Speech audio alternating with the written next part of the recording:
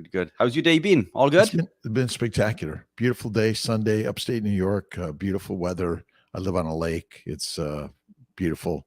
Fantastic. I've been in the pottery studio making some cups and doing some loading the kiln and just enjoying and reflecting on another beautiful day in God's paradise. Excellent. Yeah. Absolutely love it. Yeah. I wish my day was as interesting as that. I've had a lazy day today, which doesn't happen very often. In fact, I can't remember the last time that I had time to have one. But yeah, today was the first day that I've managed to kick up, feet up, catch up with my little girl. We've been watching some movies. Nice. Yeah, enjoying the sun, enjoying the weather, and now here I am. But yeah, it's been a quiet day for me. It doesn't happen very often. It's the first day that I've managed to have a slight lie-in since I can remember, which, yeah. I've got some time. I spent some time visiting my brother, visiting from California, and I see him a couple times a year. It's great to visit. And I actually got in a 10-minute nap, that was good too. I love it. Fantastic. Yeah. Those days of, I've gotten away from me, unfortunately, the quick naps. There used to be a time where I was working 3 jobs. So I was working as a purchasing manager for an electrical engineering company until 4:30 p.m. Then I would deliver for an Indian takeaway from 6 till midnight. And then I would drive for the airport transfer company, which I owned at the time, between midnight and sort of 8 a.m. the next day, where I would go into work. So my days were quite often spent working 24 to 48 hours, and I would catch up on sleep with little short naps during breaks and things, and that's what powered me through. But that was also the beginning of my demise, if you like, because that's where I began eating lots of junk food. Because I was so busy, I was consuming lots of energy drinks, up to the equivalent of like 15 Red Bull per day. Man, destruction. Yeah. Every opportunity was fast food from McDonald's takeaway, and because I delivered for the Indian takeaway, I had a free meal every night. Oh my gosh! So it, which I would take with me, obviously, because I was leaving there to drive to the airport. But I would eat that, providing the vehicle was empty. I'd be munching on this on the way to the airport, and that was my life. I spent a few years of my life consuming nothing but rubbish, and it doubled my body weight. And then I decided to make healthy changes, quote unquote, where I was eating my whole grains, I was avoiding my saturated fats, I was avoiding my salt, and I gained even more weight, and I became even more unhealthy. So yeah, that's we what label it. We label it, all of it. Even the word junk food is not true. Even the word healthy and unhealthy is not true. We're just labeling things incorrectly. That's the problem. Yeah. Because you can even eat McDonald's and find a healthy way to do it, believe it or not. Yeah, for sure. But it's hard for people to believe that. Yeah. We've been trained and we label. And you're right. You have to suffer and struggle in order to find the successes of life. That's the most important thing, I find. I agree. And I genuinely believe that I would not be doing what I do today if it was not for those unfortunate events. And I think if I'd had an easier ride, then I wouldn't have made those dietary changes. I wouldn't have done all the research and retrained as a nutritionist. They're actually fortunate events. Exactly. Yeah. They're fortunate events. For sure. I look at everything as a fortunate event because God creates it all. And God knows for all of us. And if we could look at yesterday with joy and amazing gratitude for it all, that's the real game changer, I think. Yeah, I agree. I had an interesting conversation actually with 2 gentlemen which popped in to see me yesterday. They had they've been living a ketogenic lifestyle. They live pretty close to me, but they were unfamiliar with myself and what I do until they came across an interview that I did recently on YouTube. And that brought them into my high street shop where I was working that day. It was on Saturday. I work upstairs quite often, podcasting and consulting, etc. But I was downstairs working shop. So I was on the counter. So these gentlemen came in and we had the conversation about longevity and how there was a tribe of people, I think they said it was in Africa, where they were walking up the mountain, in their, I think this couple were 104 or something, in excess of 100 years old, walking up the mountain with their kids as if they were 50 or 60, and they looked 50 or 60. Yeah. And which that conversation came from the fact we were speaking about how long we believe the human body is capable of living, and that we look at life, we look at 50 and 60 as being old. But it isn't. Now that I'm nearly there, it's like, well, no, I'm the healthiest and fittest that I've ever been. And I was once genuinely believed I was not going to make my 30th birthday. And now if I do not make 120, I will genuinely be disappointed. But we were debating the question, whether the human body has the ability to live for an incredibly long time, a lot longer than we're led to believe. Does the negative impact of our life up until now almost take it off the end of our life in this, despite of any changes we make now? Or is the human body such a fantastic machine? Does it have the ability that when you make those and implement those changes, can we almost mitigate those negative years that we put in? Have we taken X amount of years off the end of our life, or can we change that? Have you got an opinion on that? Because I've got an opinion, but it's purely based on hypothesis. There's no scientific backing behind it. Everything we talk about is hypothesis and theory. We do studies to give us more information to support the hypothesis or theory, but it never proves it. It just takes it closer and closer. So how long can we live? I have no idea. I don't do what I do in order to live longer. I do what I do to live a healthier, more vibrant life, because that's really it. None of us know how long we're going to live. We have never proven that carnivore or ketovore is going to make you live longer. Fasting, I think, is good, but that's a hard one. Can I do something and test you in some way and say, you're going to live for this amount of years? We just do not even know that idea. Now, genetically, my grandparents lived to 104, 94, my parents, and so we have longevity in our family. So maybe our DNA is geared for an environment that even is harsh, because they lived harsh lives and they still lived a long time, but they suffered. They had Alzheimer's, dementia, and many other diseases. So I do agree with you that there are things that we do in our earlier lives that may be too much damage and will not allow us to live longer. It cuts our lives shorter. Cancers, hypertension, diabetes, all the organ disorders, which ultimately are the same causes, which is basically plant-based, protein-based lean meat diets and eating like a grazing animal, which we're not. But I think our attitude of positivity, and I would say your attitude, both your attitudes, have really gone a long way to kind of keeping you moving and doing hard things. And I would say that faith and positivity is one of the things that any and all of us can do, because even a vegan, vegetarian, Mediterraneans can live a long time when they have a better attitude of life. And so I think keto and carnivore are really great lifestyles, but how long is I read books where people say, we could live forever, and, that just is not possible, because all organisms are exposed to radiation and all sorts of damage to our DNA and our mitochondria and everything. So there is no organism that lives forever. And what's our lifespan based on how we're built and how this organism is built. But I think that, I did things in my youth. I used to use marijuana very infrequently, but I used it. I used to smoke on this as a teenager on the side of the corner. And through my years, I actually drank too much alcohol. Never an alcoholic, but I had one or two drinks, nearly every night. And I can't even, I take one or two sips and I say, thank you very much. And I put it down, but that's rare. And so those are the things that I think will get you more than anything. And excessive exercise is another one that I think is not a good lifestyle, by the way, because too many people think, I'm running a bunch of marathons and all this. And if you look at most athletes, they live longer, and their careers are generally cut short. And if you look at people like my parents, they never exercised. My grandparents, they never exercised.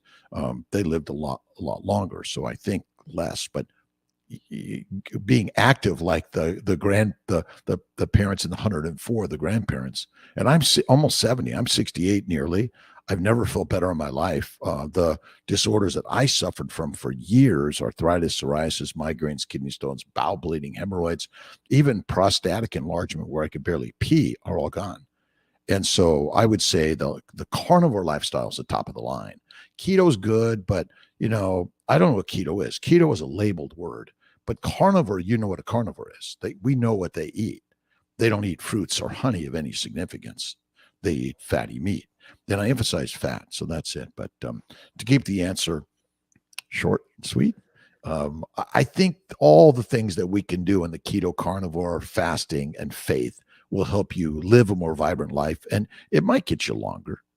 Yeah, I think that was a Richard Smith answer, Steve. What do you think? The short version, 10 minutes. Yeah, so yeah, fantastic. Just to add to a couple of those points. I mean, we look at keto and carnivore as being two different things, but being carnivore is a subsection of being ketogenic, isn't it? It's a ketogenic state. It's just a different version of living that ketogenic type lifestyle. And as you say, it's a label. Stephen and I quite often come back to the fact that it's almost like a sliding scale or a transition from one end to the other. The introduction to low carb, and then maybe dirty keto, standard keto, clean, and then a carnivore type lifestyle, more animal based, and then you become more of a strict carnivore, which almost seems to be these incremental changes, which I think most of us have it's a journey that most of us have gone down. Very few people, I think, wake up one day and just decide to go, instantly carnivore, unless it's through direction from a nutritional professionist in regards to improving health and well-being because of an illness of some description. But most of these changes are incremental, I think. But absolutely. But yeah, I agree. I believe this is the healthiest lifestyles to live. I think this is the one that causes the least oxidative damage to the body. We know that it increases the NAD+ to NADH ratio, which allows us that longevity and allows us to live longer. I apologize. The thing that I think we should use the word glycation, because oxidative stress is just such a general, you must oxidize in order to be alive. You can't be alive without it. But glycation is the key thing that kills us. And what most people don't know is glycation is sugars that bind to our molecules in our body and cause the damage that causes us to be sick and or die or get cancer or anything else. And something most people don't know is the metabolism of amino acids. What happens to amino acids in your body when you eat them? They become sugar. And a high protein diet means a high amino acid diet, which means a lot of glycation. And it's such a kind of crazy simplicity that is hard for us to understand. But keto, again, I just put it in a labeled word that because everything you eat, which in the majority of the standard diet, even the majority of the keto diet, is not high fat, but keto and paleo are actually high fat diets, not low carb diets. And so you can eat, but if you do high fat, then you're going to minimize the sugars and the amino acids, in my opinion, which is really the most important thing to do. Well, I mean, that isn't true of all amino acids. You're saying that's there are 20 to 21 amino acids in the human body. 9 of them are essential. 13 are glucogenic. 5 of them are ketogenic, and the other 2 are both. And so the majority of amino acids you eat become sugar, which is in the liver, requires insulin to convert them to fat. And so amino acids don't go to muscle and build muscle. They are part of the building blocks of proteins in our body.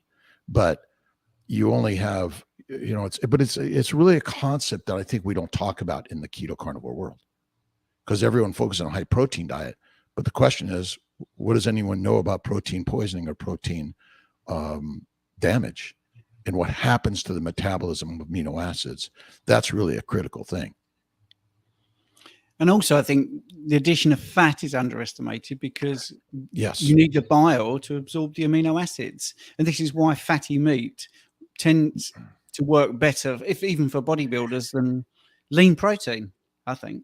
well, vegans can be bodybuilders and be strong and have big muscles. And so, it's an interesting thing because our standard diet around the globe is a plant-based, lean meat, low-fat diet.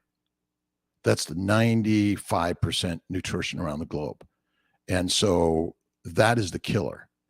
And if people simply up the fat significantly, 50% of the calories or more should come from fat. And I usually do a 1-to-1 fat to everything and anything else and eat less frequently. But what happens to amino acids in the liver?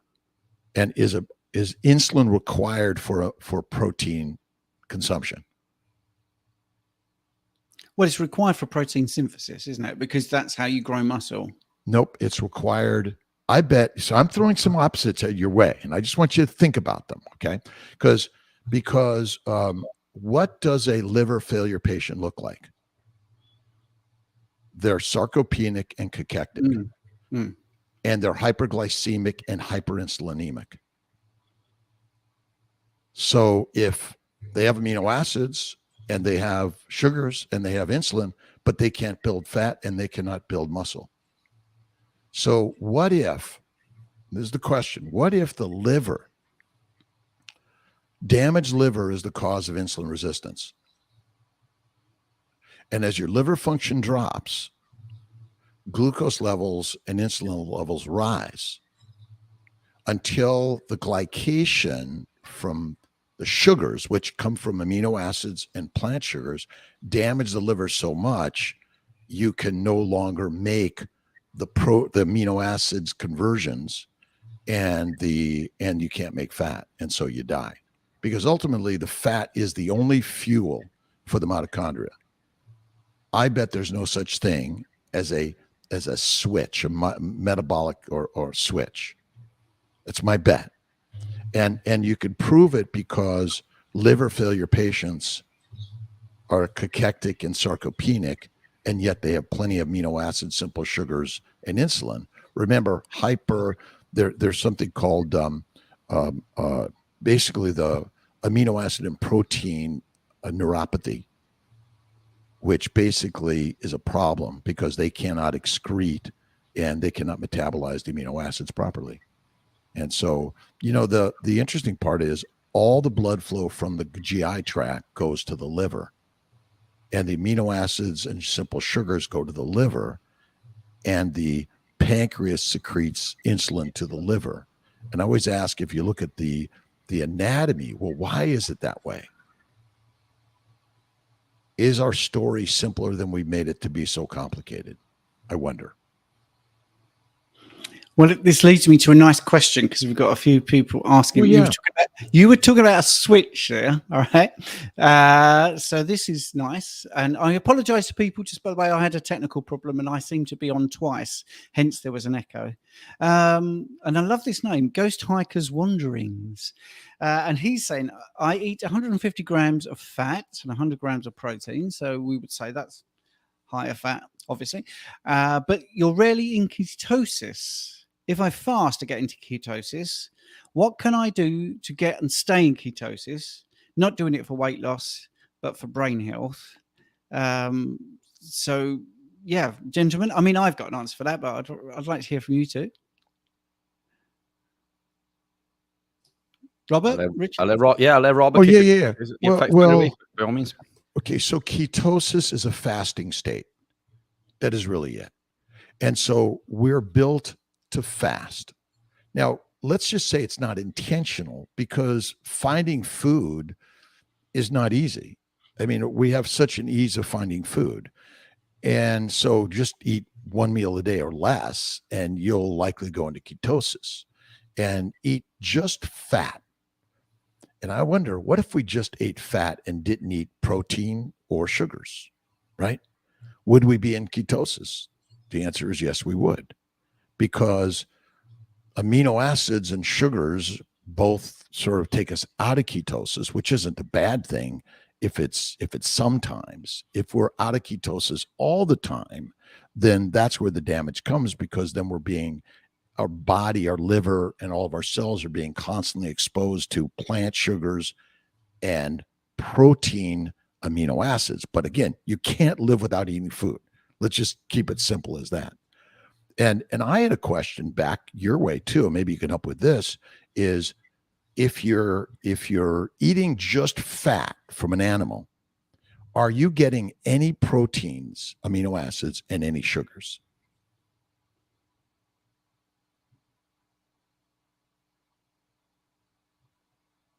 Richard? Am I muted there? Am I? Yeah. If you're just eating fat, is there any amino acids in fat?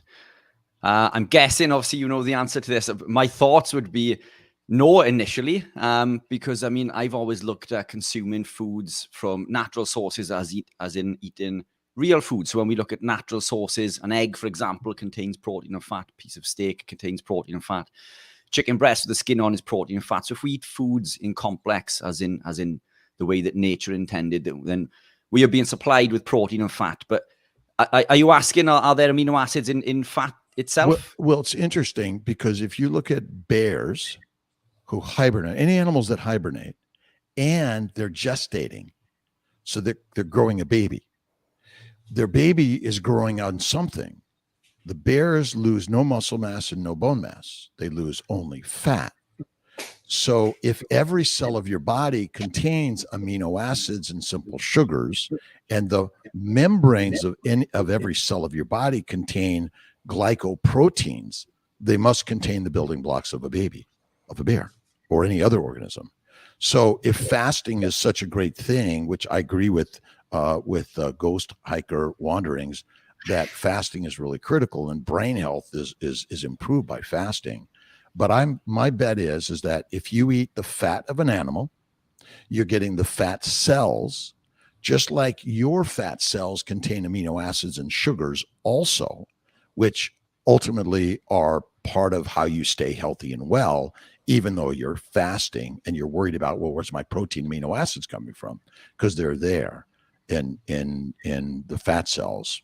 Again, we separate them as molecules of nutrition, fatty acids, simple sugars, and amino acids.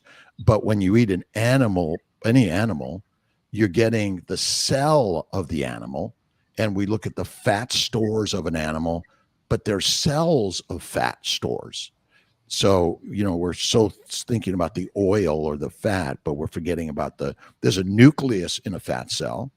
There's DNA, there's mitochondria, and there's also amino acids and sugars, which are critical for the functioning of that cell and of that organism. So just a little sort of side note that I thought you might find interesting, and that's why a bear or many other organisms that hibernate and gestate and nest can actually grow their next generation. Which is fascinating. And you can see my technical troubles continuing as my camera is not auto-focusing.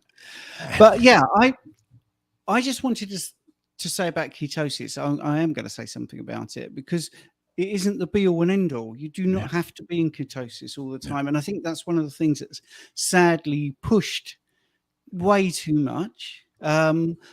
But I also did an experiment myself, because this is one of the things that when I was doing my personal training, advanced personal training, and then I ended up training an Olympic athlete who was type 1 diabetic. I'm just going to show you something, and then show you what happened after exercise.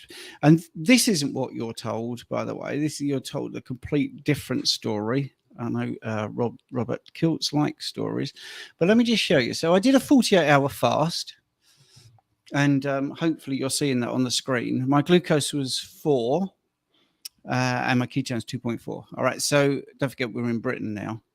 So let me just stop that share if I can. There. And then if I go to this. So I've still fasted, all right? And remember my glucose was 4. I went out and did 300-meter sprints with a little rest in between, and my glucose went up to 4.9. What you're told is if your blood glucose goes really low, then you've got to take some fast-acting carbohydrates. But what you know in practice is if you then exercise a bit more, your body will make glucose. Because where else did that glucose come from? Because I didn't eat anything. I was 48 hours fast. It was 4 millimoles per liter. And then I went and did exercise and it was 4.9. So your body's really smart. And if you keep taking glucose and ketone readings and just worry about being in ketosis, you're not actually listening to the dynamics of the body. You do not have to be in ketosis all the time.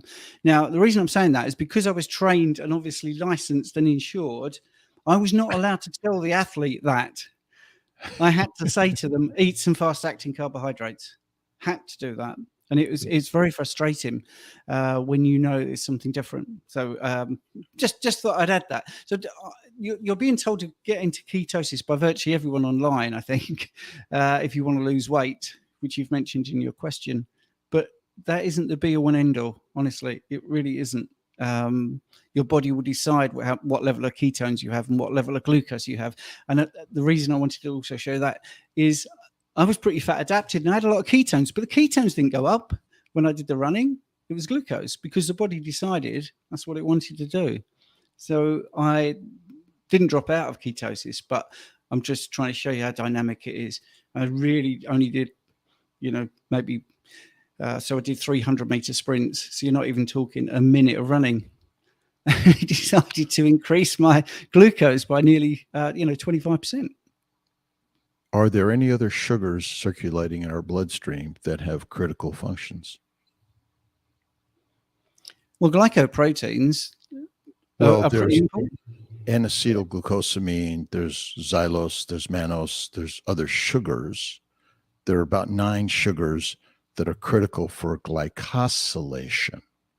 And I'm just wondering how important glycosylation is in the muscle functioning versus direct energy function. So are there important glycoproteins that are critical for muscle function or neurotransmitters that are critical for muscle function that are something different than simply glucose being an ATP producing agent? Any thoughts on that, Richard? Muted. Can't hear you. Apologies. I was I was reading the comments. I was trying to take in the comments while listening to that on the side there. But So sorry. What was that one again? Oh, well, there are many sugars in the human body besides glucose, and the question is glycosylation, which is the adding of a sugar to an amino acid in a protein for its function and or neurotransmitters or pre-hormone molecules in our body. How important is that in everything we do? And I'm wondering if we're missing the point of what sugar is for. So what you're saying is that sugar is essential basically to maybe the building blocks of every protein within the body. The majority of proteins are glycosylated, and glucose is not the only sugar that glycosylates a protein. So, and there are over 200 diseases with glycosylation defects, and glycation is the leading cause of most disease. And so we keep on focusing on the metabolic switch, the energy of sugar and or fat, but we're missing the really most important point, is that sugars are for glycosylation and proteins require glycosylation or you and I would die. And so that's the part I think we're missing. And even the idea of ketosis can be distracting. You know, we're checking all of our glucose levels. And then the question is, well, why did your glucose level go up? And is it, you know, for what reason is glucose even used for? And I don't think we talk enough about glycoscience and glycobiology, which I work to emphasize because we're distracted by all these numbers. How much grams of fat and protein? I actually don't even know what that answer is. You know, if you eat food, it's good for you. You must eat at least 9 essential amino acids and 2 essential fatty acids, but there are no essential sugars at all. And yet, you know, people live. My grandmother lived 104, and she ate a standard diet, a Mediterranean Italian descent. She smoked Pall Malls and drank Manhattans. So, you know, that's the confusion, all this. But we're just trying to be healthy and well. Yeah. And I think we do get caught up in the numbers. We had this conversation last week, Stephen, didn't we, in regards to blood test results, in regards to levels of testosterone and levels of cholesterol, ketone levels and glucose levels. Why have my ranges of this gone up or gone down? And I think we get caught up in the numbers way too much, because when we remove these foods, the toxic foods that are causing damage, the body replaces itself to its natural physiological level. We become healthier, and whatever ranges. So cortisol was one of the questions. So I was on with Dr. Sean Baker recently, and we got into elevated cortisol on extended ketogenic lifestyles. And it was a topic that Dr. Chafee and I covered during the podcast that we did in response to Dr. McCullough and Georgie Dinkoff's podcast talking about the detrimental impacts of long-term ketosis. I don't know if you saw that one. But the research, you know, that we found when we dug into it was that there is no increase or detrimental increase in cortisol anyway. And if they were, then it is a natural physiological increase that the body is designed to create. And I think we pigeonhole ourselves into these ranges. And Stephen hit the nail on the head last week. You know, these blood tests that were originally were done on people, and then suddenly this is the range, this is the normal range or the average range, but these were done on people who were sick. And we are not sick people, you know, at least I believe that we are not sick people. So we can't expect to have the same blood test results as someone who is unwell. But I believe that these ranges, you know, even in regards to looking at this keto level, I mean, I would argue, what are you classing as being ketogenic? Because the normal figure touted around is 0.5. I would argue that it's considerably lower. And if you are not even registering ketones to any degree, then that is perfectly natural. That is where your body is meant to be.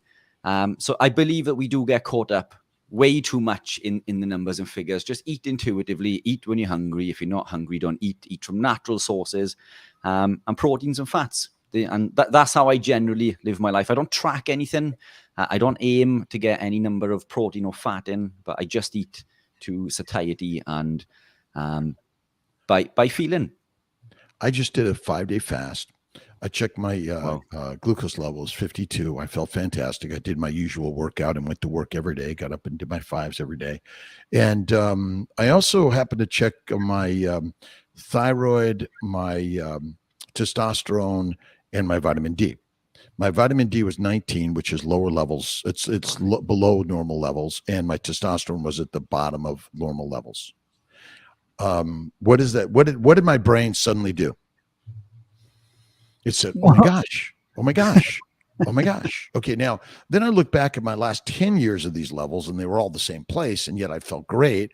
And so I think we've developed these levels to sell drugs.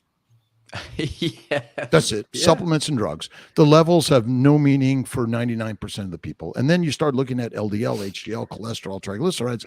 That's another testing that I don't think we know of any science that makes sense in any of that. That's akin to the blood pressure of being 120/80. That used to be age related.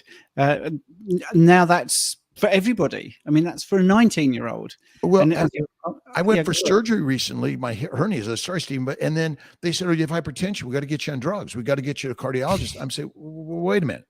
And so I think you're right. Something's definitely wrong. right.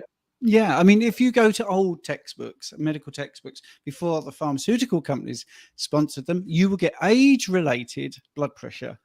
And of course, as your arteries get less elastic, it makes total sense that the blood pressure will go up. If you've got a flexible, lovely old, a flexible new hose with your water going through, the pressure is going to be less than if you've got an old hose that's all sort of stiff, and it's going to be higher. So, and I just want to make people very aware, in case they got a little bit lost talking about glycans just now.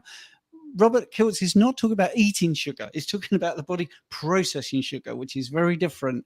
So don't go out and eat 19 teaspoons of sugar because you want to maximize the glycosylation. Well, no, that you will glycate. So that's, everyone has to understand the difference between glycation and glycosylation.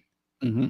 And so plant sugars are never required in the human diet, but you must have sugar in your body. I mean, you will die without it, but you don't die because of no energy. You die because glycosylation. And ultimately, that's the part that we're not talking about. And so I think glycan is a complex sugar, by the way, not a simple sugar. Mm. So if you look at the immunoglobulin glycosylation, for instance, that mediates antibodies. Oh, that's a huge antibody. An antibody is a glycoprotein. The HLA antigen is a glycoprotein. Your DNA is a glycoprotein. So people are going to be looking that up now. Which you should. If you go to drkiltz.com, we have a lot of information where to find out about this. But because we have to start adding to the conversation and really understand the true science of the human body. And does insulin go up in exercise? If you've been fasting for 5 days and you have nothing in your bowels, does insulin go up? Well, I would imagine it would. I've never measured it. And it doesn't. I bet it doesn't, because insulin is a digestive hormone. It's for digestion. So if you have nothing in your gut, this is the part that people have to understand. The liver's function is to make fat. Yeah, I'll expand on that as well, because you're right. Because if you look at experiments about insulin, and you have IV glucose that doesn't go through the small intestine, doesn't go through the brush border, and doesn't stimulate the incretin hormones, you do not get insulin going up, even though you've got more glucose in your system. That's definitely if you do what? Study I've seen. Well, if you have an IV of glucose, yes, you do not get an insulin response compared to, or nowhere near as good as if you eat the same amount of glucose, because it enters your small intestine. But you still get insulin. Insulin goes up. It goes up. Yes, when you eat it, definitely, yeah. And insulin's supposed to spike when you eat. Glucose is supposed to spike when you eat. We're not supposed to have this like flat line of sugar levels. My sister Marianne died of diabetes at 52. She had it since age 4. And I can tell you, this simple is this idea that we're going to manage your sugar levels by keeping them level, which is why they tell people to eat 4 to 6 meals a day and be on an insulin pump. Those two things are deadly for anyone. And think of diabetes type 1 as pancreatic damage, and type 2 diabetes as liver damage. That's how you define diabetes. And insulin resistance is liver damage. And that's like the simplest concepts. And we have to get to simplicity in science, because we're confusing 99% of people, and even doctors are confused. They don't even know how to understand most of this stuff. Yes. Thank you, by the way, because we didn't do this properly, because I was having these issues with my technology. But thank you, Robert Kiltz, for turning up. We're 40 minutes in, as I'm just doing a nice thank you, by the way.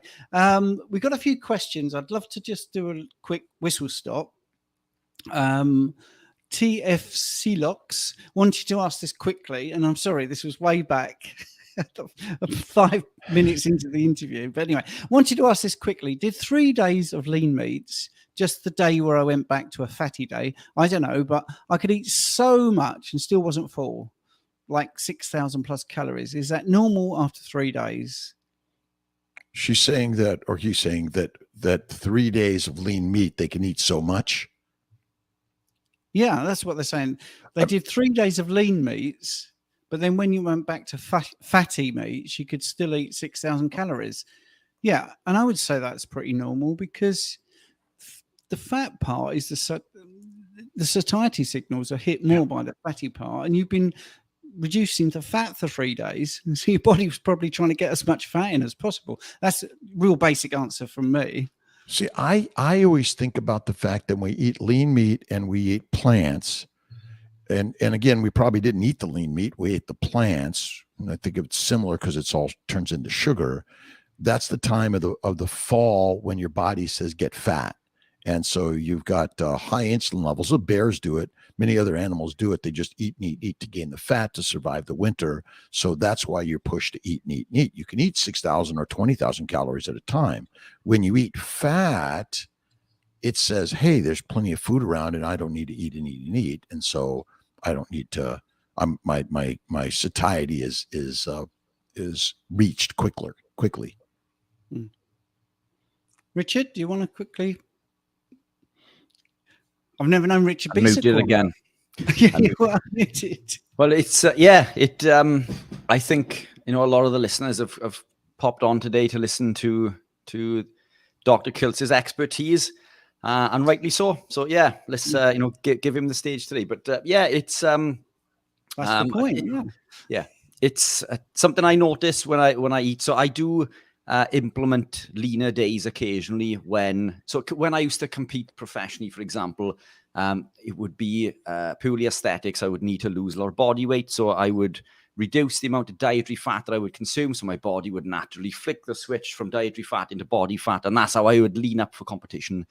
And that's one of the blocks, I think, the stumbling blocks that many of us within the keto carnivore community fall on or stumble upon in regards to losing weight. You can overeat fat on a ketogenic diet. It is incredibly difficult, especially when you're eating it from natural sources. But what we find is a lot of people will supplement with, and I say supplement, they will add lots of double cream to their coffee and eat lots of cheese. And it is a way to slow down and even stall on keto. Although the biggest one is usually the lectins.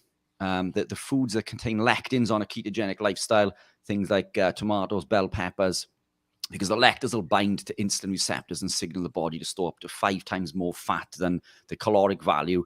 If we are going back to the calories thing, compared to that impact of just insulin alone. But reducing fat is a tool that I would implement in order to cut down to 2% body fat for competition, which is ridiculously low and not healthy. And I wouldn't recommend anybody do that unless they are competing.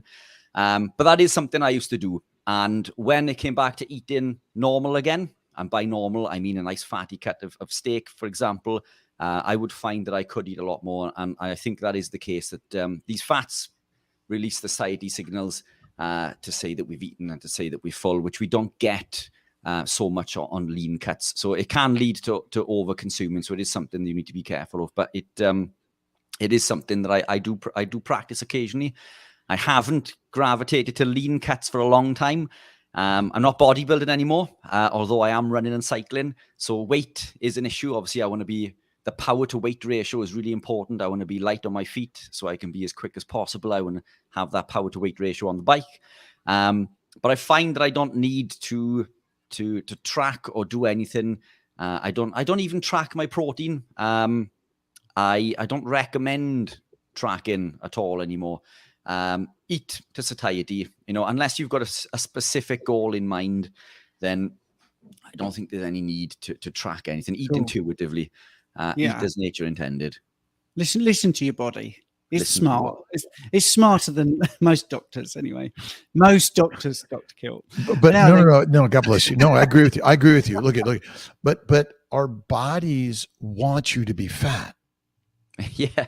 Yeah. So you look at the idea is that everyone wants to lose weight because being fat is natural and normal, but because the availability of food is so great, and lean meat, by the way, is less calories than fatty meat. So when you eat lean meat, you're getting less calories in, and it takes a tremendous amount of mental fortitude to really focus on what we're talking about in health and wellness and leaning out and exercising every day and doing all these things. It's not sustainable for 99% of people. That is the problem, because if it was sustainable, everyone would be lean and strong, because the number of people that go to exercise is greater than ever before. The number of people that go on a diet and they go on a low calorie diet so often is just not doing it, because we've all got it wrong. And if we, as Richard said here, fatty meat, you do it and like, wow, I'm not hungry anymore. And if we can help people get more to one meal a day, that's the other healthiest thing, because they get more fasting and reduced caloric intake. That's where you get more longevity, for sure. Cool. So we got, I'm going to be a bit brusque with a few of the comments. Just want to make sure everyone gets their comment read, if that's possible. So there you go. Yes. Copper's Kitchen. Greetings from Alaska. Dr. K, your pottery is beautiful. I'm getting a feeling this next question might be a Welsh word or something. I think I know what this means. But anyway, Richard, does Dr. Kiltz, this is from Carl, know what a CWTCH is? A cutch. Do you know what a cutch is, Dr. Kiltz? A what? A cutch. I do. Yeah. A cutch is a cuddle or a hug, if you like, a cutch. Oh, my God. I'm a huggler. Yeah. I'm a huggler. So in my office for years, we'd get the whole team and we do a huggle. And we've done those for years, and huggling is critical, because human beings they're touch organisms. Touch is critical for survival. Without it, we're dead. And that's why our emotions require that. And that's something we need to spend more time is touching each other in a more loving, kind, generous ways. And hugs are great. My father used to hug and kiss me all the time growing up, Italian background. And I think that nowadays you can't touch anyone. Oh my God, they touched me. But I think that if we, how do you pronounce it? Kutch. Yeah. Kutch. I love it. Yeah. I'm gonna use it. I want to add something that might make me tear up a little bit. It was actually when I was doing my physiology degree, and they were looking at the importance of touch. It was health sciences and the importance of touch. And they did an experiment with some animals, and I didn't like watching this, but it proved the point. Basically, one animal was given, taken away from the mother, but there was like a cage it could go into with this metal framework, which was in the shape of a mother. I can't remember the animal. The wire rhesus monkey experiment, where they're wire rhesus monkeys, and basically an infant monkey that was raised on a wire rhesus monkey was depleted and unhealthy, and the one raised with the mom was healthy and vibrant. And that's the same thing with us humans, as you're saying. Yeah, and that's it. And the other experiment they did, which I thought was fascinating, and this is the bit that got me, was the monkey was offered one cage with food and one case with a hug. Yeah. And it went for the hug. Yeah. I thought that was amazing, actually. Yes, and I have got a little bit. Anyway, and that's a good point, actually, you just said, because if we spend more time without the devices and more with our partners, our friends, our families, but in a way that is more intimate. And intimacy doesn't require sex, by the way. It just requires camaraderie and kindness and connections. And my buddies, and I we're constantly getting together in a way that is always connecting in touch. And that's the thing that I think we need to do more of. You said about devices as well, right? I've decided this week to go back into the gym to train rather than train at home for the social context and all this sort of stuff. But I haven't been in the gym for a long time. And I think guys at 20 think being in the gym is doing this exercise. because I wanted to kick so many people off machines and say, look, buddy, if you're doing shoulders, do a rep. Don't sit on your phone for literally like 5 minutes. What good's that? Anyway, right, let's get That's a good into point. I'm doing a good segue here, by the way. I'm trying to be all professional. Can you read that name out for me, Richard? Because I always struggle with Mike's. Promo Mike. Promo Yeah, Mike. there you go. Simple as that, right? Promo Mike. This is a nice question, because I think overtraining is also, and getting obsessed, and Dr. Kiltz mentioned this earlier about training too much, but it's a good question. Is it possible to be overtrained and not feel fatigue in the muscles? If so, how do you assess overtraining status? My best friend, Dave, was a major exerciser, and I believe his overexercise contributed to his cancer development. I believe that, like any other car or organism, the more miles you put on a Ferrari in a short amount of time, it will just stop working. You may not be able to measure it until it just stops and gets damaged and falls apart, or you drop dead. And that's the problem. Science in medicine is not very good at predicting things. I mean, I can predict things reasonably well because I know the general human body, but if I were to put money on it, we're not very good at it, and that's the problem. So I just say I've got 5 things that cause all major disease, inflammation, and the 5th one is excessive exercise. So when you're younger, again, I don't do a lot of exercise anymore because it hurt me, and I just don't do it anymore. Do light stuff, light weights, and but there's not a way to predict it. It's going to happen. I don't care who you are. But you look pretty jacked, to be honest. And I think that's nutrition, isn't it? Because you're on point with nutrition. It is nutrition, and I do light weights. I do light weights a little bit. I do push-ups, pull-ups, sit-ups, and get-ups. So I do maybe 3 reps of 5 pull-ups a day. If I'm at the office, I do maybe a few 20 reps of push-ups, and that's it. And I get on my bike a little bit, but not a lot. And I stay off the street because the last time I went, I fell. Cool. Okay. There's some nice points here. I want to put them up on the board just very quickly. And nutrition, I think, is the game changer. That is absolutely it, by the way. Absolutely. Yeah. I mean, again, this is for people thinking, oh, I can get away with no exercise. You've got to move. If you don't move, sit in a chair and you've got perfect nutrition and you don't move, you're not going to be able to move. You've got to keep ticking over. You have got to do things. You have got to get out of your chair. You've got to walk. You've got to do that sort of stuff. Go to work every day. Yeah. Go to work. TFC looks. If we look at dogs, though, they can't handle high fat, so their ratios are much leaner than humans on carnivore. Wouldn't dogs then have more glycation because of their high protein diet? That's a good question. Okay, so dogs and cats are fed a standard diet of plants and protein and lean meat. So if you look at, I just recently looked at a study where they fed a group of cows 30% of the calories out of fat, and they died.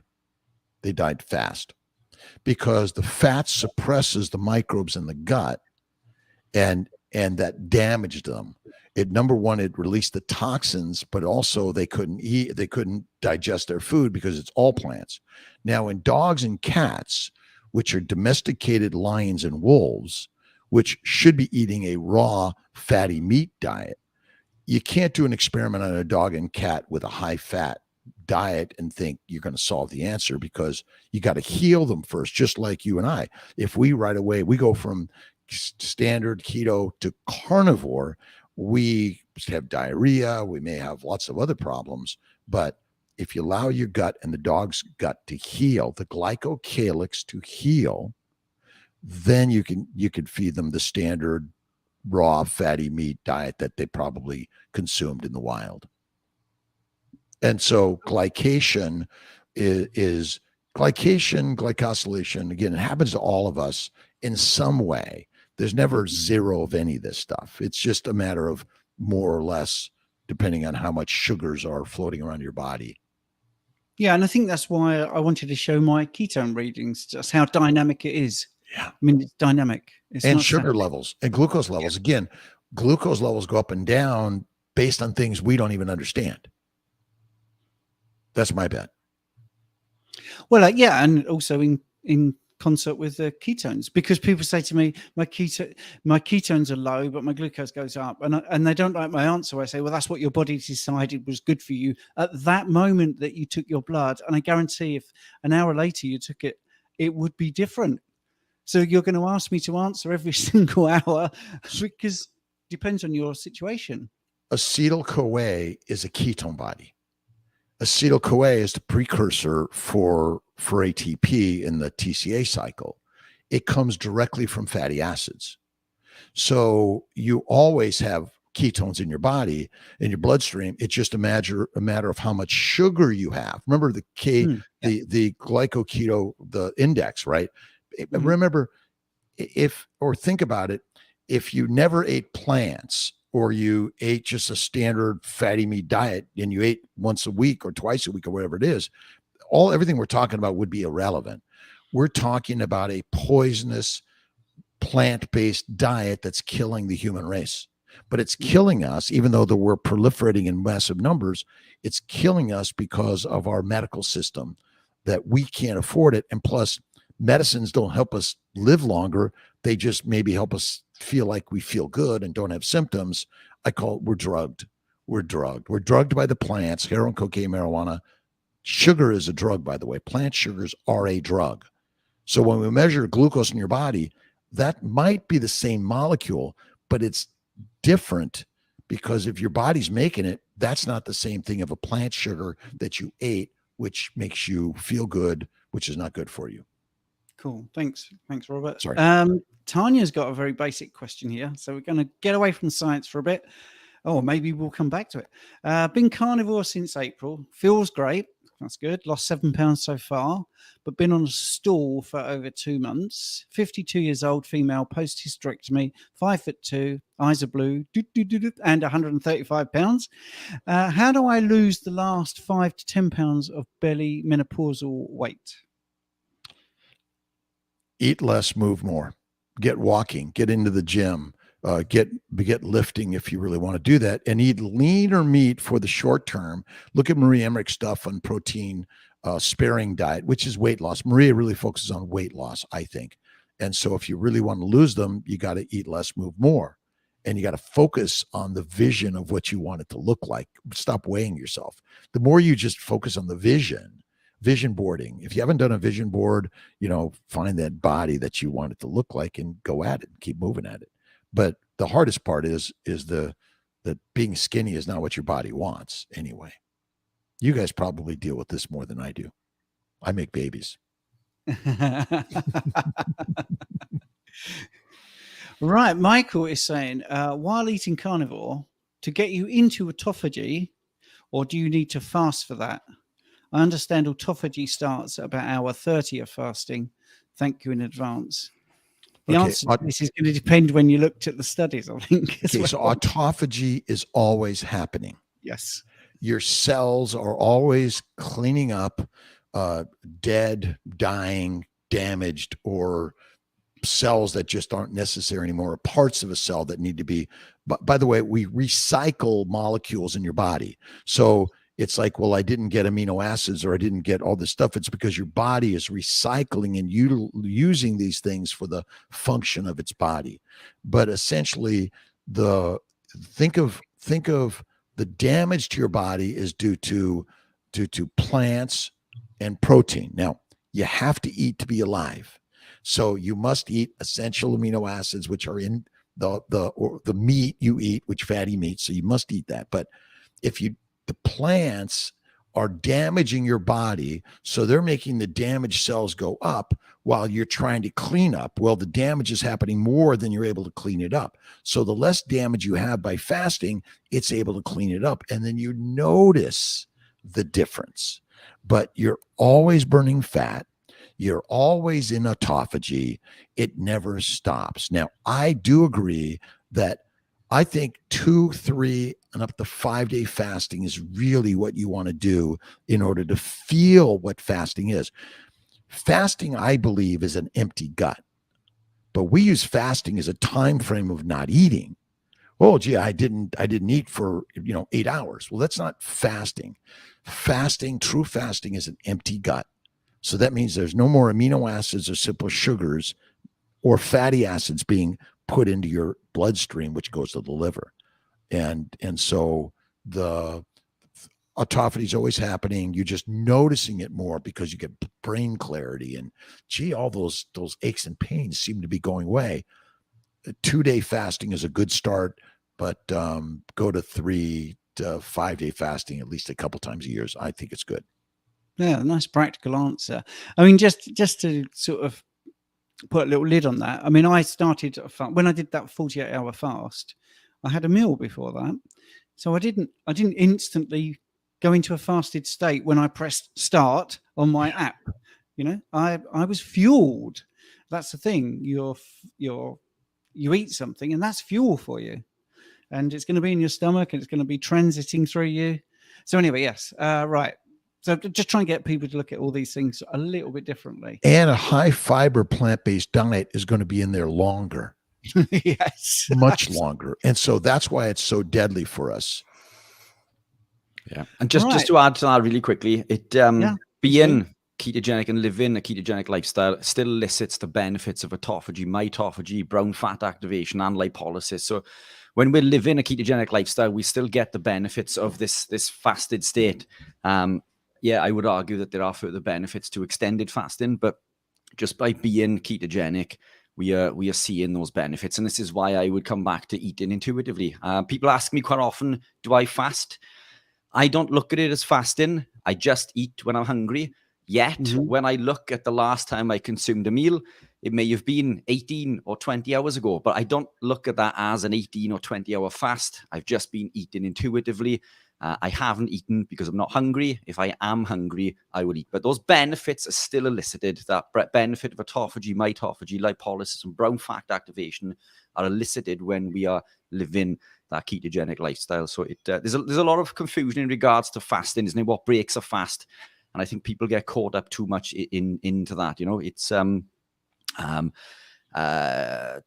Serena posted something recently about eating butter while she was fasting, and I don't know if you saw that on her post, eating a little bit of butter to continue her fast. And a lot of people were jumping on the bandwagon. Well, that's going to break a fast. But what is fasting? Well, if you're fasting for autophagy, then we're achieving, those benefits just by being ketogenic. So it depends on what your goals are.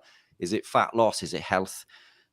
Because we are eliciting those health benefits just by being ketogenic anyway. Yeah, when you eat fat, sorry, Stephen.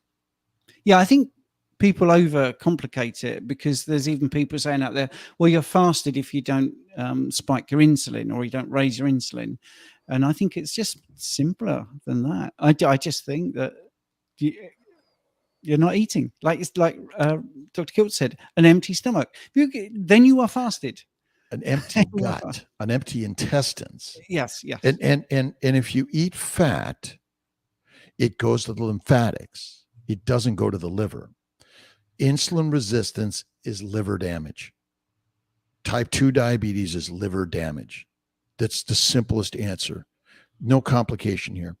Insulin's job is to make fat in the liver via amino acids and sugars.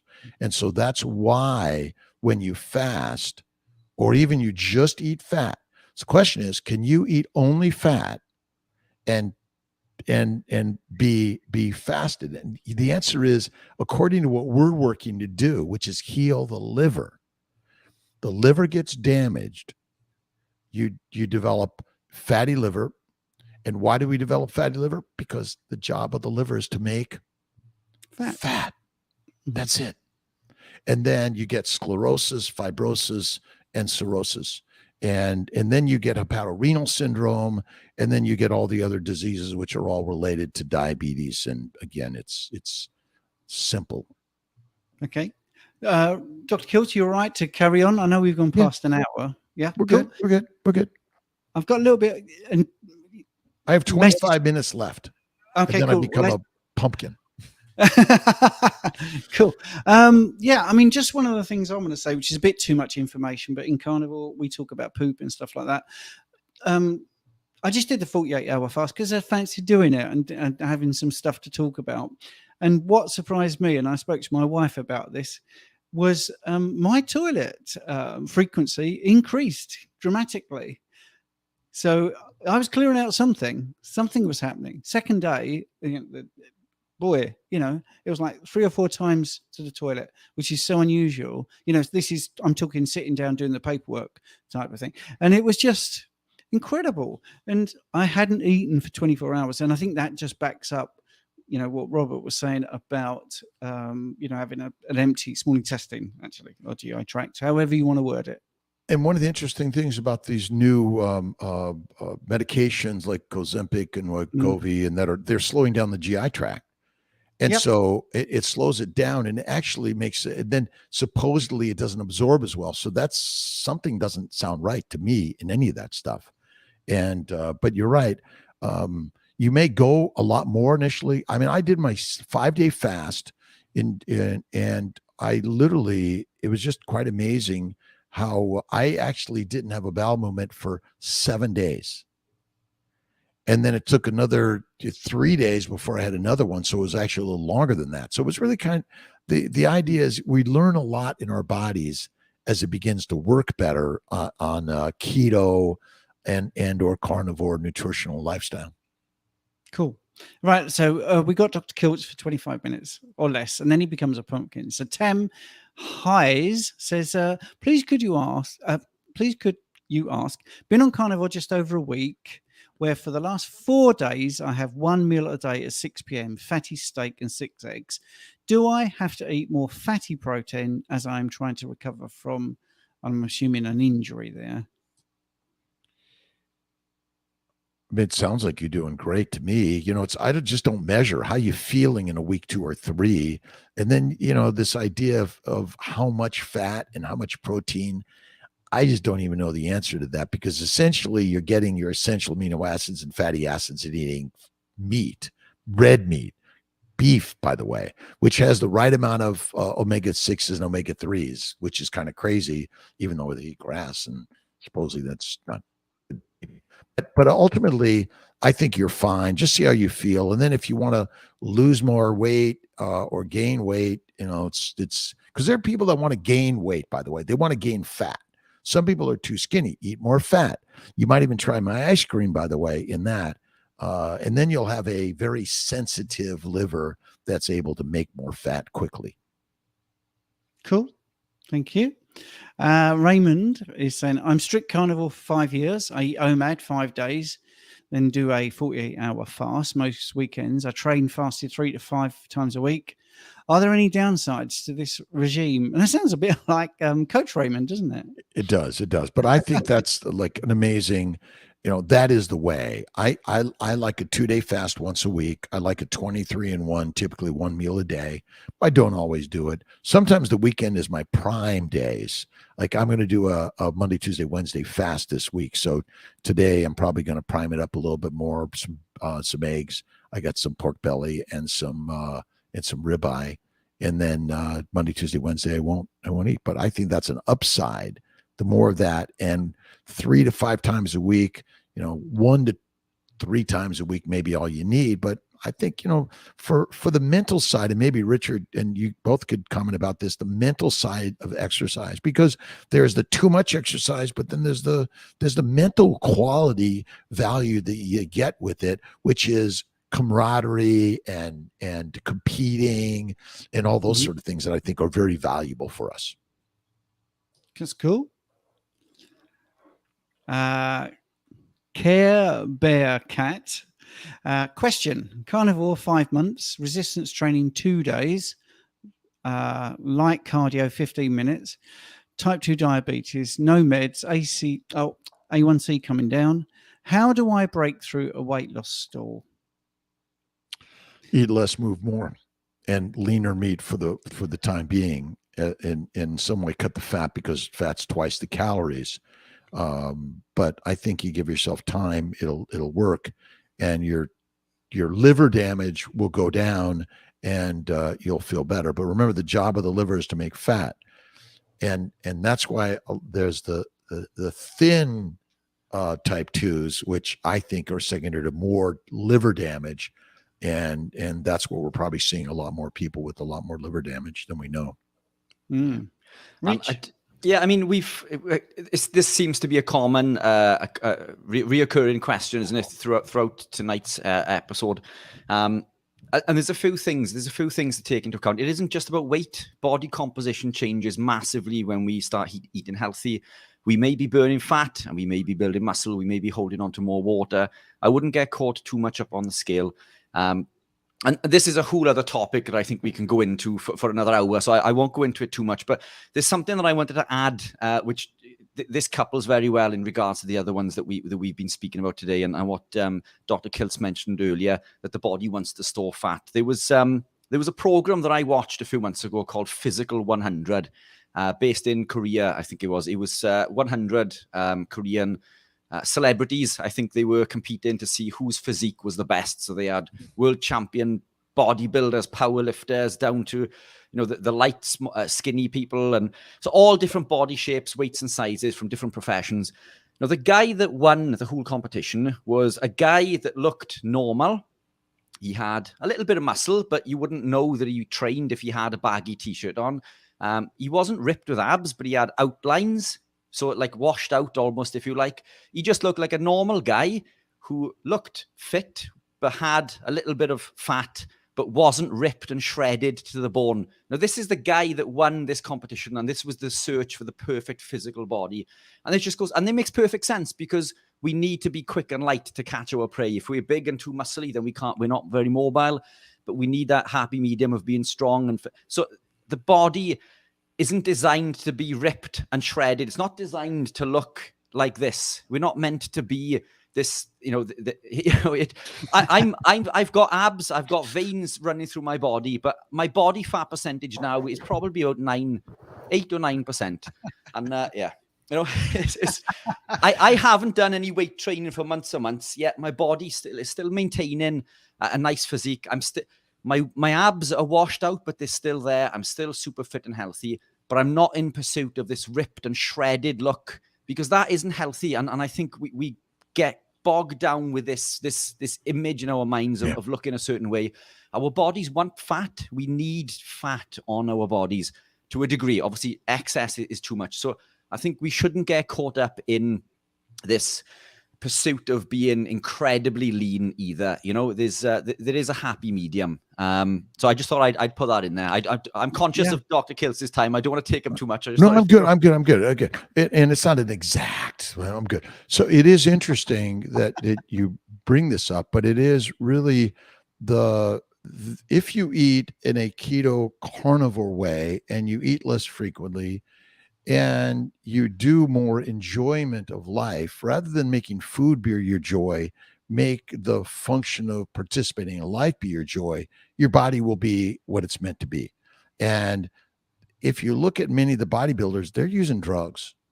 They're using supplements that contain the drugs, but they're just not called the drugs. And again, we're duped to believe, but it's all marketing for the same reason that we've been doing for thousands of years. We're all marketing in some way.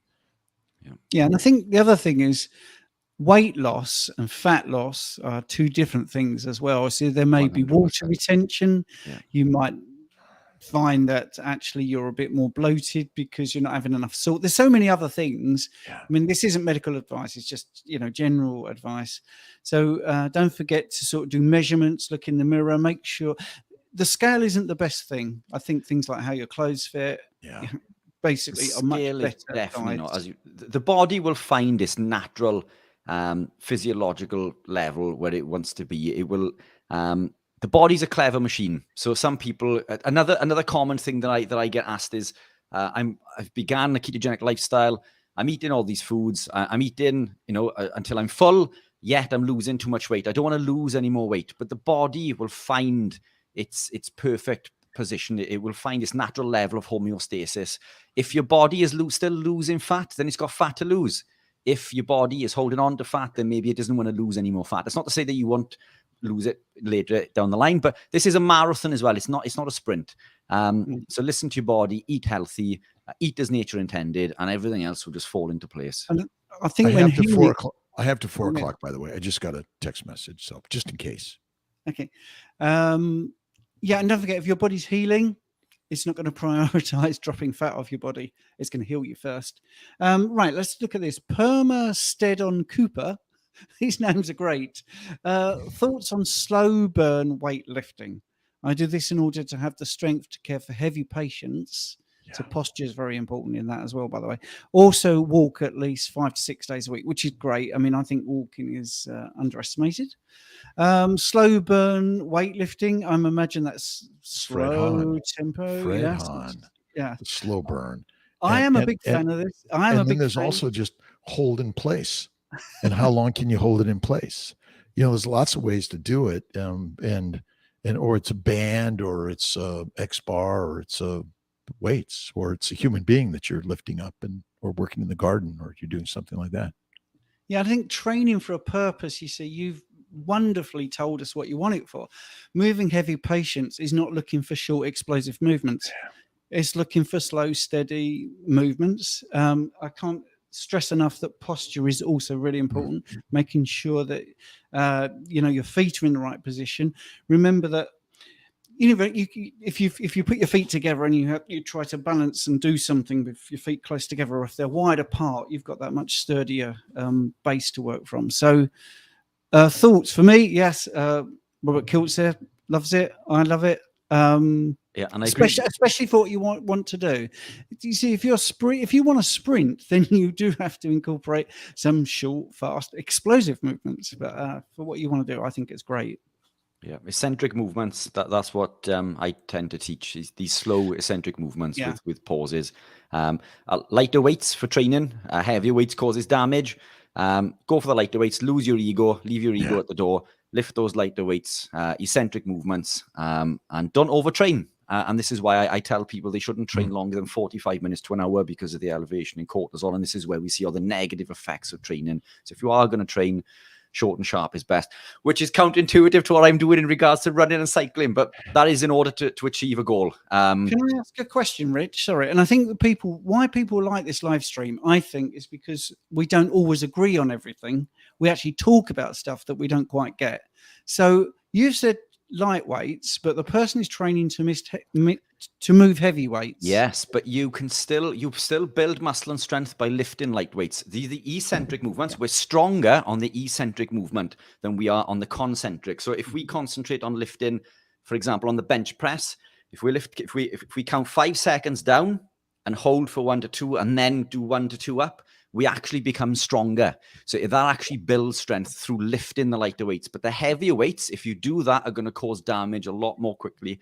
And something I'm highly familiar with, unfortunately. Stick to the lighter weights. Eccentric movements, control your movement, time and attention, as Dr. Kiltz said. Leave your ego at the door. You're only going to get injured. Get some help. and get some help. Get some help. Well, yeah, but that's actually really important, because very important. I do lower back rehab, and I'll tell you what, once a month, at least one person comes in who is a nurse and try to move someone on their own when they should have had 2 people. Absolutely. Yes. Yeah, nurses are amazing. They're asked to do more than most of us human beings could do, and teamwork is critical. Right. Yeah, absolutely. So let's get into the next question. And by the way, thank you very much for inviting me today. I'm really having a great time and inspired by both of you and all the great questions and people joining in.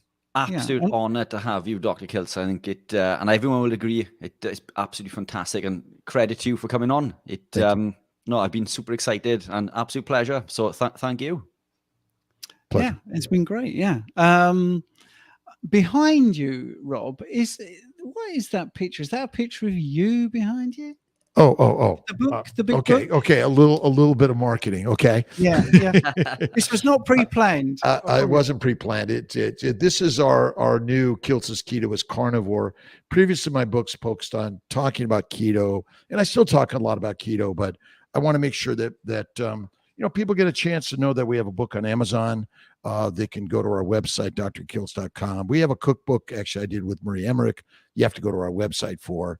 I keep it really simple, though. I don't like complicated anymore. If it's a recipe, I can't do it. It's more than one simple product like a steak and salt and butter. I'll do that. Yes, and that's what led me into keto, was laziness through nothing. And that's where I discovered that veg was actually causing many issues within my body, because I came from a heavily keto-based background with eating lots of kale and spinach. Yeah. Yes, I felt healthier than I was prior to that. But when I removed cooking that vegetable for laziness, for convenience, because it takes 2 minutes for me to fry a steak, chuck a steak in the pan, and that's all I ate for 6 months. Yep. And I felt the healthiest that I had ever felt in my life. And it's through that and investigating, where are my vitamins and minerals coming from? Because we believe that plants are a good source of vitamins and minerals. Plants are a very poor source of vitamins and minerals. They're toxic chemicals. And lots of toxic chemicals, phytoalexins, plant toxins, lectins, oxalates, etc. The list goes on and on. Hundreds of toxic chemicals. And they taste horrible. And they taste... Unless you put garlic and salt and speed. The problem is, if you think about the cultures of the world, use a tremendous number of spices in order to probably make their food even palatable. And that's a problem.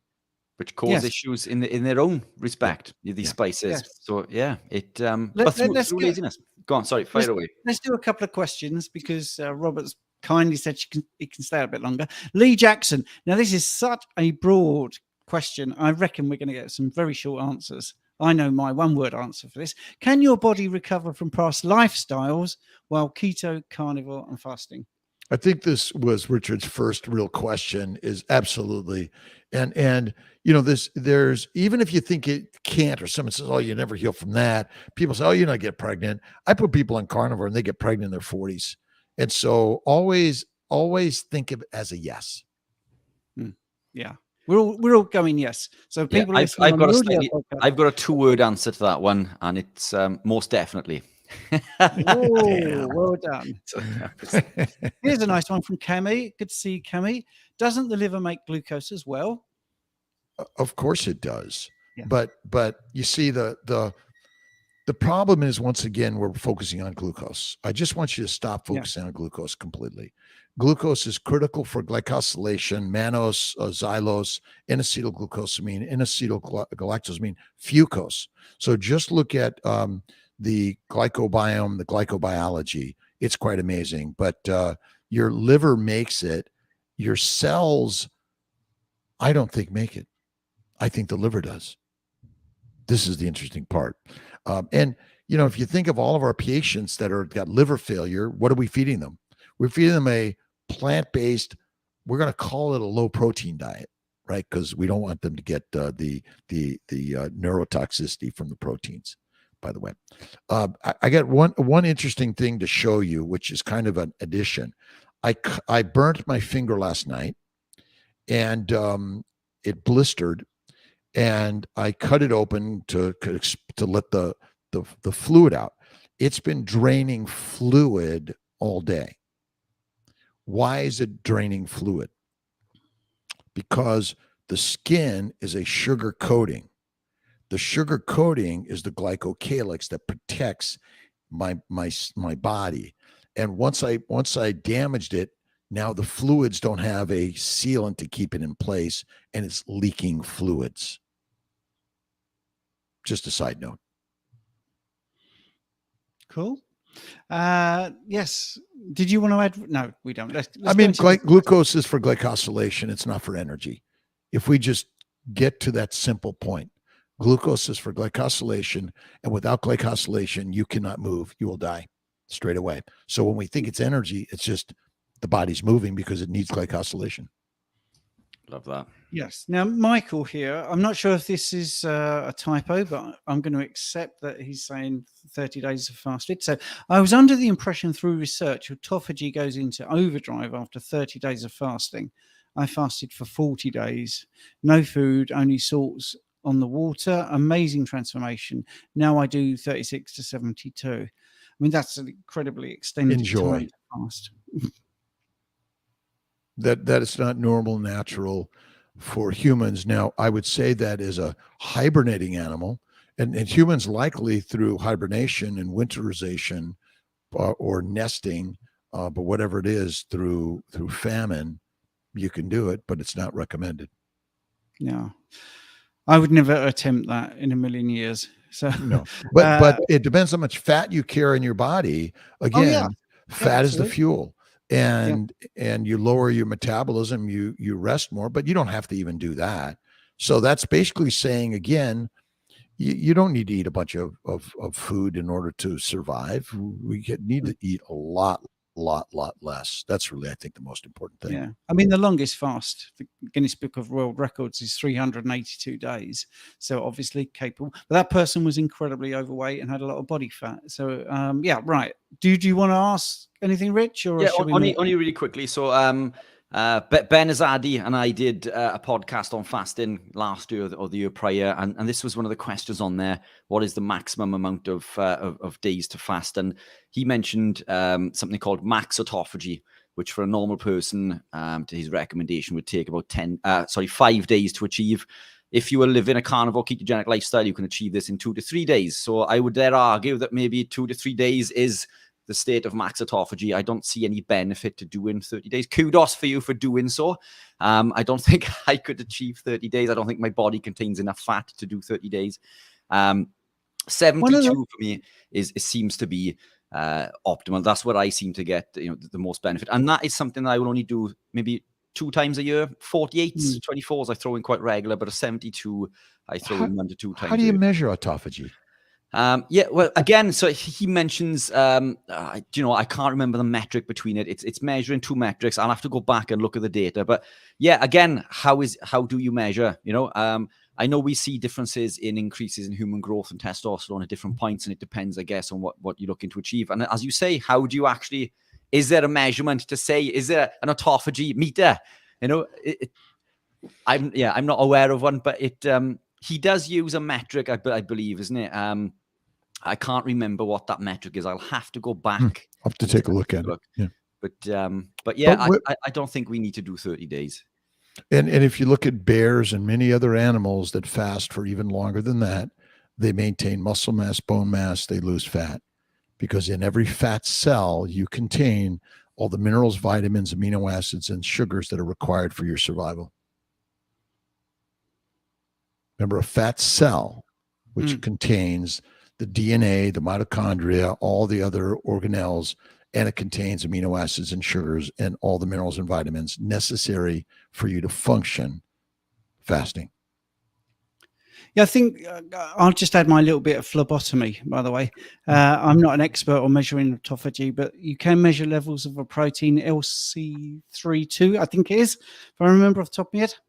So that's something you measure. And if it's high, then you've got high levels of autophagy. I'm scratching my head, touching my face, because I'm way out of my depth here because I've never done that test, but I think that's how they do it.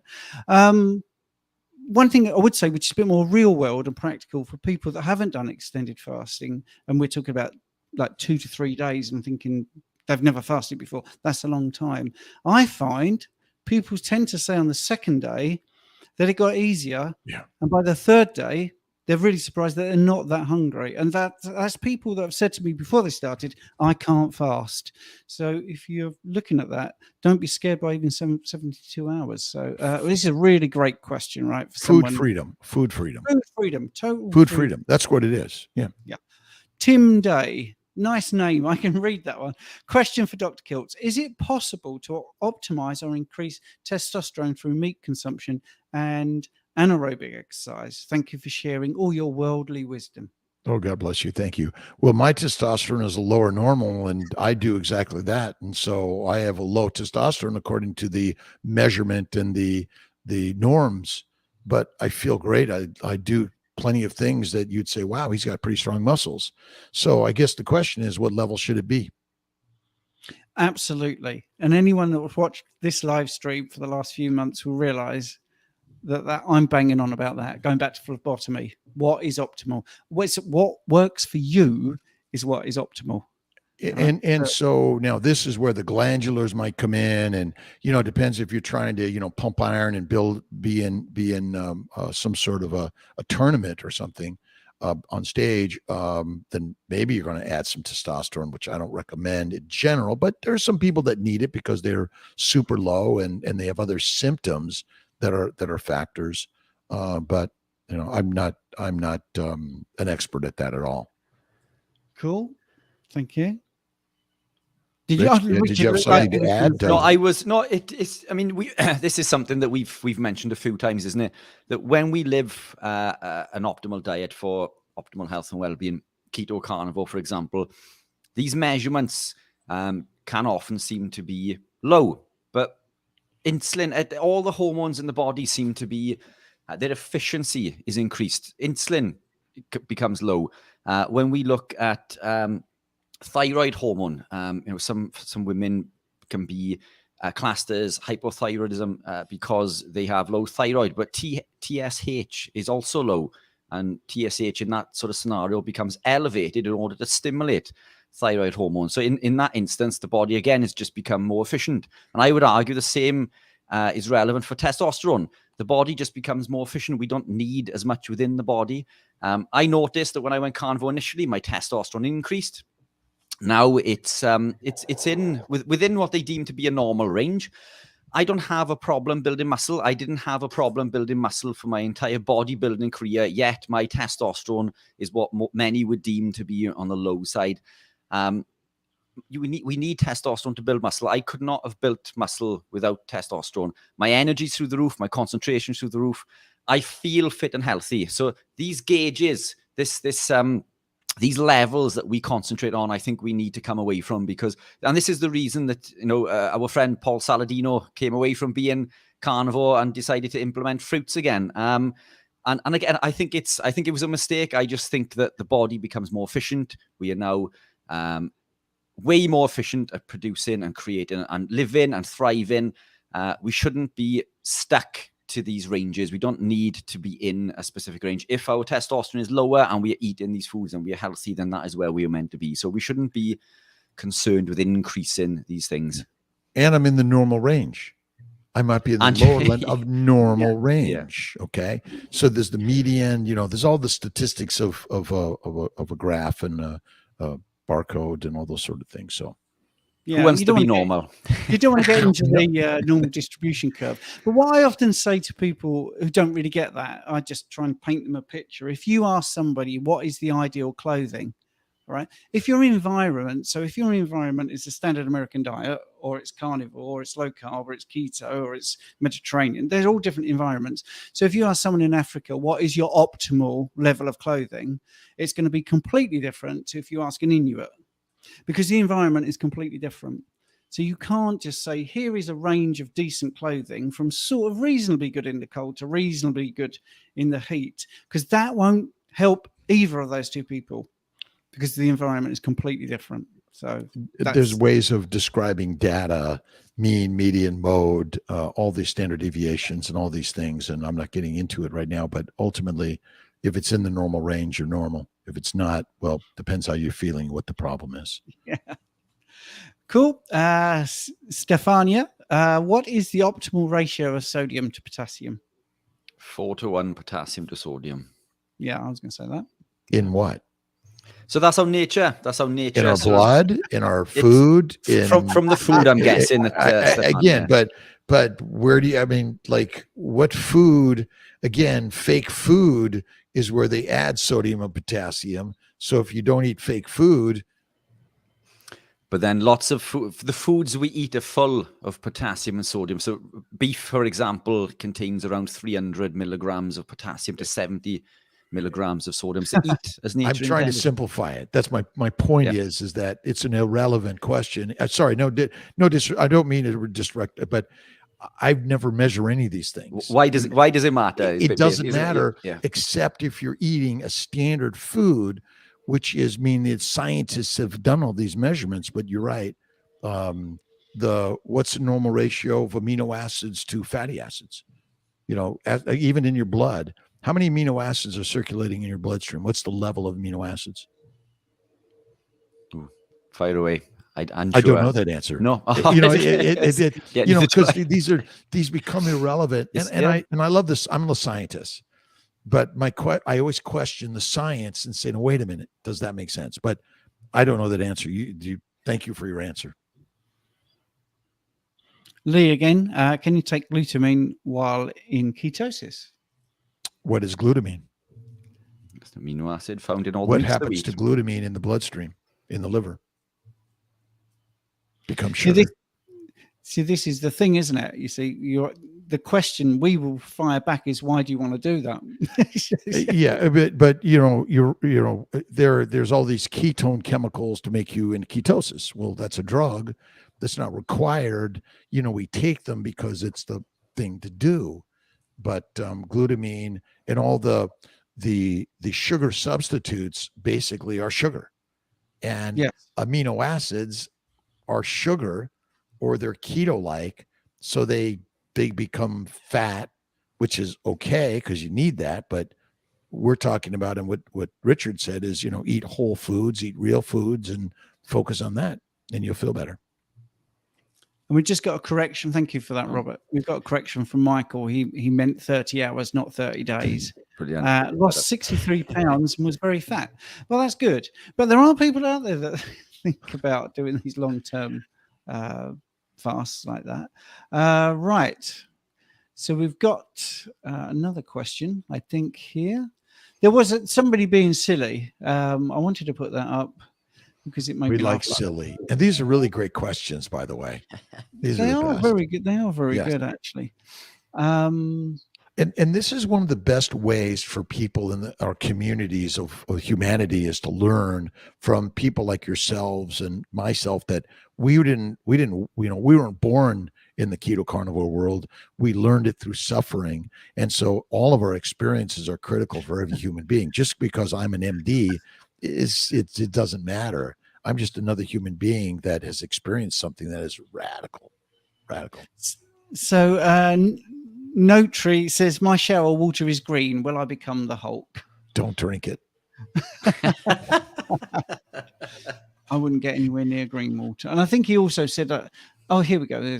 Yeah, so I'm going to put them in. I was 189 pounds and I've lost 206. Is that natural? But there you go. Right. You're a live human being. It must be natural. Yeah. Question for the three of you. And I think I'm very worried about your timing, but okay. Tim Day, are sodium and potassium nitrites found in bacon detrimental to our physiology? Thanks again. So I would my two penneth is that nitrates break down into nitrites. Nitrites produce nitric oxide. Nitric oxide increases longevity. Nitrates isn't something that I am afraid of within diet. So if nitric oxide is an important tool for longevity and life, then I'm not afraid of eating bacon. There are other reasons that I would reduce it, and that's to do with the high levels of linoleic acid, although that's another argument for itself, because in essence, it's technically non-oxidized if it's fresh, but that's a topic for another day. But that's my quick and short answer in regards to nitrates. I'm sure Dr. Kiltz would have something to add to that. But well, nitrates, they come from plants. If you think about it, it's just the plants. And I agree with you. I don't worry about it. I mean, there's a lot of sugars in a lot of cured bacon. So, but if you have it from time to time, there's no harm. And I don't know that I ever worry. I haven't seen someone that I said, oh, your omega-3s to 6s are off kilter, and this is why you're sick, or you had too much pork fat. That's another good comment that I just don't know the answer to that. I would think probably not an issue, but I don't think some bacon is the harmful thing for us, as long as you're eating the fat. That's the critical part, in my opinion. Yeah, I agree. Steve, I think you're muted. I am muted. Yes. There we are. Yes, I feel the same. We didn't intentionally do it. It doesn't work so well when you're muted. Cami is very keen to hear you explain the difference between glycation and glycosylation, or however it's spelled. So glycosylation is the normal binding of a sugar in the endoplasmic reticulum or the Golgi apparatus or in the nucleus. Glycation is abnormal binding of sugars to everything and anything in your body, and the majority of it is binding to either another sugar, a protein, or a fat. So think of glycation like rust, and glycosylation is what your body wants to do in order to be hum and be normal. Glycosylation, I don't know anyone in the keto carnivore world that's talking about glycosylation. I think we should arrange a podcast, Dr. Kiltz. What do you think? I would love to do that because it is the game changer. Basically, you die without glycosylation. I would love to get into the weeds. Is why we die. Brilliant. There we are. And my sister died of it. Every cancer is caused by glycation, which is sugars abnormally binding to our cells or cell structures or hormones or receptors or anything. Yeah, I'd love to get into the weeds with that. If you're open for a podcast, this is brilliant. To me, this is one of the most important things that we can help share with people to understand why the standard diets around the globe are killing us and killing our family members, by the way. That's really it. And when I talk to doctors, young doctors of any age, and I'm like, well, you're feeding in the hospital your family members or your friends' family members or whoever they are a plant-based diet after you've just given them insulin and you're keeping them sick. Why do that?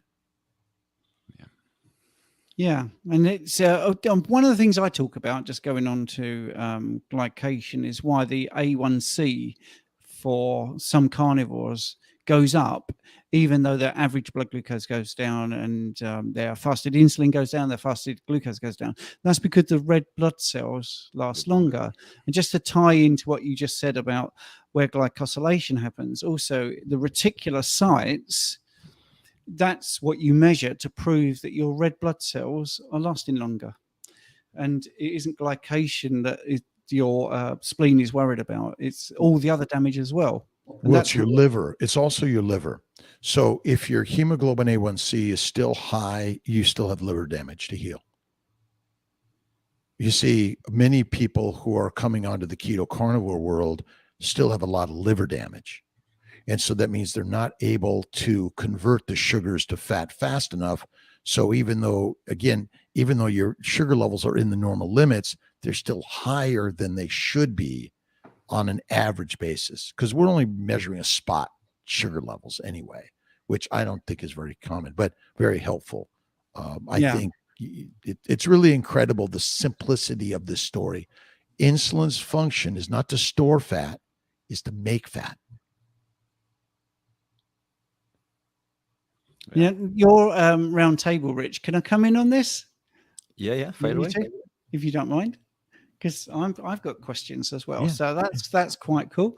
Right. Well, I think actually, believe it or not, we've caught right up. Hang on. No, we've got one more here. Can you see the questions? Yes, I can. Yeah. To prevent dehydration, should we limit the amount of water we drink so that sodium is not depleted quick, or is it better to drink water with salt?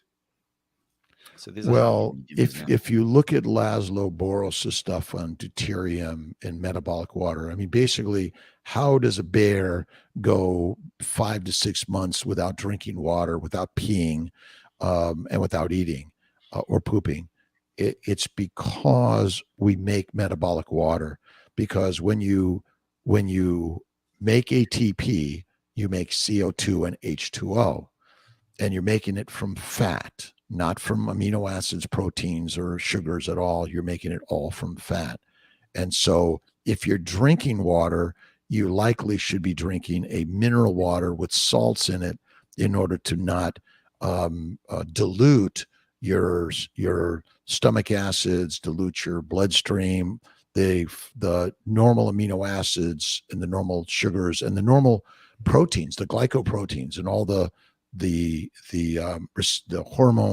hormones or other enzymatic proteins, glycoproteins in there don't function as well. And so that's probably it. And too much water can kill you. And most of it is because it dilutes out your system, your brain. That's where you have many other neurologic disorders and functional disorders. And puts your blood pressure up. and it might be a good thing if you're you have hypovolemic and you have a low blood pressure. And there's been some studies on surgeries and anesthesia that we're probably giving people too much fluids during surgery. We should give them a lot less fluids. And again, we're telling people to even fast before surgery, which is not necessary, but I believe it's still probably a valuable thing for ketosis. If you're in ketosis, that means your sugar levels are lower, which is going to be healthier for your healing process. But unfortunately, what do we give people throughout their surgery or their post-op? They give them glucose water, intravenous. Right. Well, I think we should wrap up because we got to the end of the questions. I think you've gone way over your time, which is really good, Robert. Thank you so much for that. Well, I have a doc friend coming to visit me, and we banter over keto and carnivore stuff. And he had cancer at one point, and I think it goes back to that same thing that all of our cancers are caused by the standard diets. Keto helps, carnivore helps, fasting helps.